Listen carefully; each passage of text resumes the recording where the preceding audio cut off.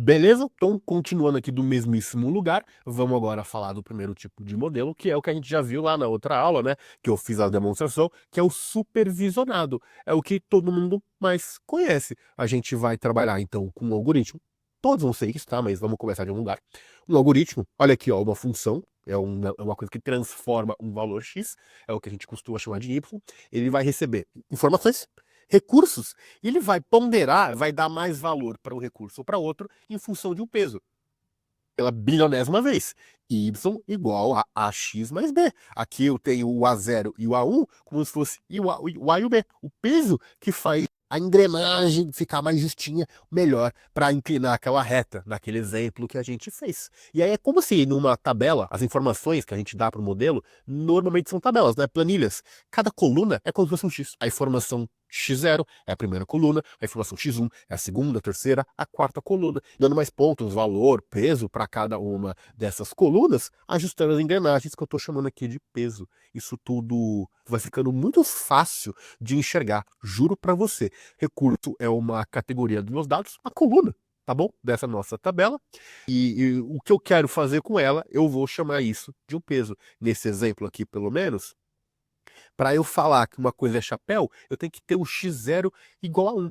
E aí eu vou ajustar todos esses x's usando esses pesos. Então, ó, peso é, nesse exemplo aqui, né, para saber se é um chapéu que eu vou recomendar, quanto essa coluna, esse x, 0, 1, 2, tanto faz, afeta a escolha final. Então, se eu colocar que esse A0 aqui é igual a 0,8, mais conhecido como 80%, eu vou falar que, por exemplo, o chapéu vai compor 80% das compras que esse cliente fez. O que é um peso, gente? O que é um recurso, né? Uma coluna, isso é meio variado, tá? Mas é um exemplo bom aqui, dá pra gente começar a visualizar. Aí eu vou vou dando pesos para cada informação.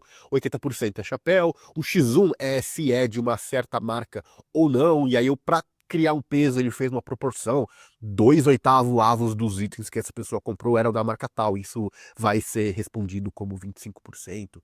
E aí você soma isso, multiplica tudo e no final vai ter um valor, 1,05. O que isso quer dizer?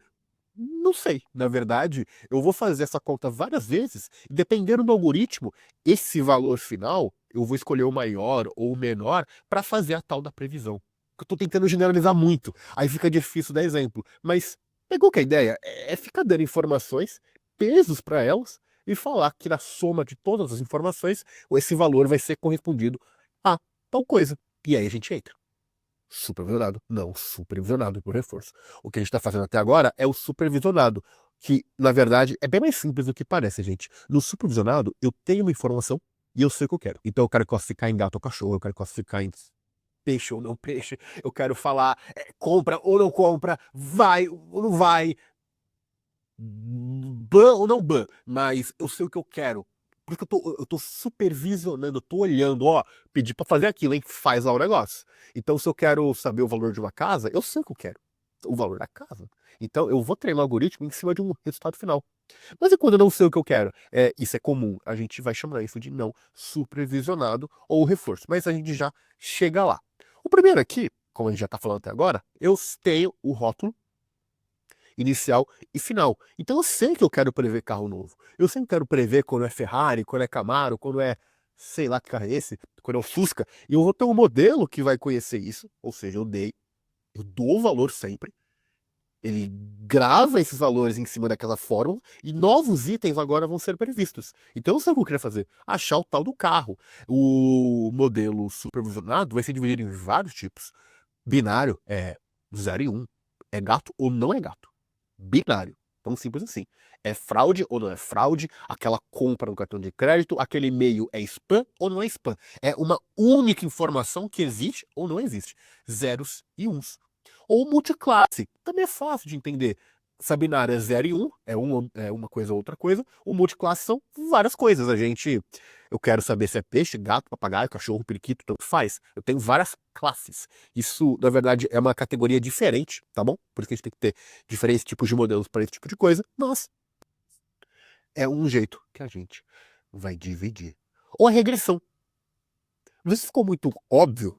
Isso em matemática a gente vai chamar de número discreto ou contínuo. É muito fácil falar quando você já sabe o que é, mas pega aqui, ó, o que é uma coisa contínua? É como se fosse um número que tem decimais. E eu posso ter qualquer valor ali. Eu não tenho um peixe, eu não tenho um gato, eu não tenho um livro. Eu tenho 1,0345667. Porque pode estar aqui no espaço, quanto mais eu vou dando zoom nessa minha linha, nesse meu eixo aqui de números, eu vou conseguindo chegar em qualquer valor que está lá dentro. É uma reta de valores, é contínuo por isso. Quando eu falo de algo discreto, eu vou até demonstrar aqui com uma imagem. Olha aqui, ó. Ela tenta diferenciar assim, com dado contínuo. Ó. Eu posso dar um zoom infinito nessa reta em qualquer lugar que eu vou chegar em alguma coisa. O discreto é o oposto. A gente não tem. É como se fossem números naturais e não números reais. Eu tenho 1, eu tenho 2, eu tenho 5, eu vou ter unidades, eu tenho 5 coisas, eu tenho 3 itens. Eu não consigo ter 2,4 peixes, não faz sentido. Tem que ter um 2 ou 3. Na perspectiva de números naturais. Pedro, por que você tá falando isso, cara? É porque essa é a diferença de classificação para regressão. Quando eu quero classificar, é 0 e 1. Não tem meio. Ou é ligado ou é desligado. Não dá pra estar meio ligado ou meio desligado. Quando eu quero regressão, são números contínuos. Qual que é o preço que vai ser daquela casa? Regressão linear, que a gente acabou de ver, pode ser qualquer preço. A casa pode custar R$ 124.000, 322,33 centavos.